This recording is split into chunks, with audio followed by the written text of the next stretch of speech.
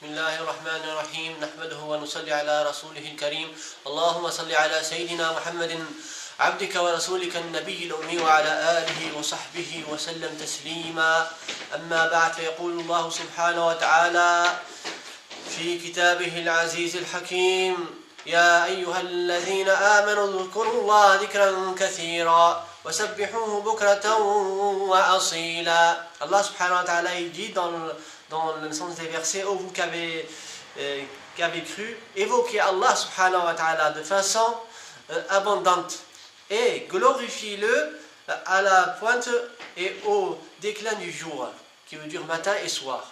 أما الأحاديث الشريفة فيقول عن أبي الدرداء رضي الله عنه قال النبي صلى الله عليه وسلم ألا أنبئكم بخير أعمالكم وأزكاها عند مليككم وأرفعها في درجاتكم وخير لكم من إنفاق الذهب والورق وخير لكم من أن تلقوا عدوكم فتضربوا أعناقهم ويضربوا أعناقكم قالوا بلى قال ذكر الله رواه الترمذي. Son Abi Darda rapporte que le prophète sallallahu alayhi wa sallam a dit: voulez-vous que je vous dise quelle est la meilleure de vos œuvres et la plus intègre envers votre Seigneur, celle qui élève au plus haut degré et qui est plus louable que de dépenser votre or et argent pour la cause d'Allah, ou d'aller à la rencontre de vos ennemis pour leur trancher le cou et qu'ils tranchent les vôtres. Les compagnons du prophète sallallahu alayhi wa sallam ont dit: lesquels ya Rasulallah? Le prophète sallallahu alayhi wa sallam dit: c'est le zikr d'Allah le très haut, ou kama qala alayhi salatu wassalam. Fayaqulu, un des grands salihin de l'époque passée: wa dhikru a'damu babun anta dakhiluhu lillahi faj'al lahu al-anfasa hirasa. Il dit, le dhikr c'est la plus grande porte envers Allah subhanahu wa ta'ala, si tu veux y rentrer. Allah subhanahu wa ta'ala a mis cette porte pour les gens qui veulent Allah subhanahu wa ta'ala. Inna dhikr huwa sabab hayatul qalb wa tarkuhu sabab mawtihi. Mes chers frères, le dhikr d'Allah subhanahu wa ta'ala, c'est parmi les grandes causes que le cœur il vit. Et celui qui laisse tomber le dhikr d'Allah subhanahu wa ta'ala, il est en train de faire les causes pour que son cœur devient malade, ensuite devient un cœur qui va vers sa perte, et sa perte c'est sa mort. Et dans le hadith qui est très connu, qu'on lit souvent, qu'on l'entend, mais Allah y fahamna aussi: مثل الذي يذكر ربه والذي لا يذكره مثل الحي والميت. Celui qui invoque Allah subhanahu wa ta'ala et celui qui n'invoque pas, c'est comme le vivant et le mort. Il dit dans ses paroles: موت القلب سببه ثلاث أشياء. Il dit, ce arif billah, ce cheikh, il dit que la mort du cœur est causée par trois choses. Écoutez mes chers frères, ces trois choses, parce qu'on est tous dedans. La première chose, c'est hubb dunya, l'amour de cette vie. Oh là là, on aime cette vie, on aime trop cette vie. On passe notre temps du matin au soir qu'à parler que cette vie. Nul d'entre nous ne peut renier ça. Hubb dunya, on aime toute cette vie, on aime les voitures, on aime les femmes, on aime l'or, on aime l'argent, on aime voyager, on aime, et Allah, combien on l'aime, Allah y dit le khair, Inch'Allah. Deuxièmement, la cause de la mort du cœur, c'est al-ghafla. Al-ghafla an dhikrillah. Al-ghafla an dhikrillah, c'est l'insouciance de l'évocation d'Allah. On n'invoque pas Allah trop. Le meilleur d'entre nous, peut-être quand il sort de chez lui, il dit Bismillah, tawakkaltu ala Allah, la hawla wa la quwwata illa billah. Ça, c'est se rappeler d'Allah, faire une sunna du prophète sallallahu alayhi wa sallam. Mais évoquer Allah du matin, le matin et le soir, et toujours évoquer Allah, ça c'est pas donné à tout le monde. Ça c'est donné à ceux que Allah dit, à ceux qui sont doués d'intelligence, qui réfléchissent.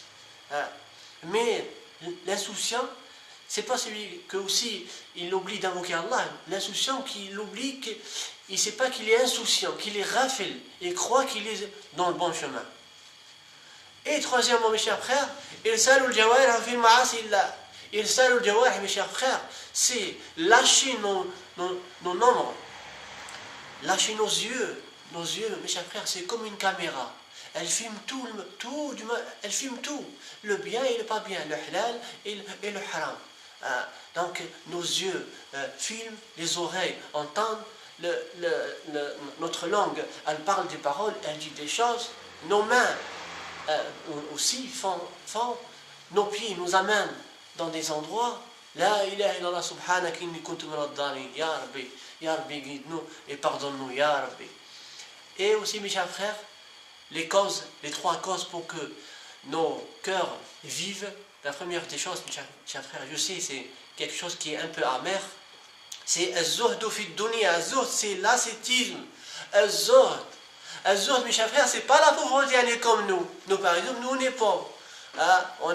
On est makaj, dunya makaj. L'argent makaj, les voitures, il n'y a pas, etc., etc. Mais zuhd, c'est celui qui, une personne qui il en a des richesses, et bien il fait le zuhd pour ses richesses. Il donne pour Allah. Dans son cœur, il a que Allah. C'est ça le vrai étape et degré de zuhd. Nous, à notre époque, les musulmans, on ne fait que ramasse. S'il a une petite voiture, il veut une berline, il veut une 7 places, il veut deux maisons, 3 maisons, 2 femmes, 4 femmes, il veut, et on veut, et on se cache toujours derrière la charia d'Allah, que le permis. Pour sa force de prendre ce qui est permis, on a oublié ce qui est obligatoire. Et la deuxième chose, mes chers frères, pour que le cœur il vit, al-ishtighal bi dhikrillah, être toujours dans le dhikr d'Allah. Mon travail, c'est travail d'Allah. Juste pour rigoler, on dit sur le Facebook, il y a beaucoup de personnes qui disent je travaille pour Allah Azza wa Jal. Travaille pourquoi Allah? Travaille ta langue. Quel invoque Allah subhanahu wa ta'ala tout le temps? Allah, la ilaha illallah, alhamdulillah, astaghfirullah. Le prophète sallallahu alayhi wa sallam, il dit que le istighfar, il dit, le prophète sallallahu alayhi wa sallam, moi, je me repens vers Allah subhanahu wa ta'ala plus de 70 fois par jour. Le bien-aimé Rasulullah, il se repent à Allah, il dit astaghfirullah, astaghfirullah. Et nous, nous, après, quand on aura le temps, après, on verra. Et aussi, la troisième chose qui est très importante, mes chers frères, suhbat awliya Allah et salihin, être dans l'accompagnement des gens pieux, salihin, des gens pieux qui nous montrent le chemin vers Allah subhanahu wa ta'ala. Les gens pieux, les gens qui voient, ce n'est pas les gens qui sont aveugles, car un aveugle, il ne peut pas guider quelqu'un qui voit. Les salihin, c'est pour ça, mes chers frères, celui qui n'a pas un guide spirituel, son guide, c'est le shaitan. Son guide, c'est ses désirs. Son guide, c'est sa façon d'être, c'est son caractère, etc., etc. C'est pour ça qu'il faut voir un guide vers Allah subhanahu wa ta'ala.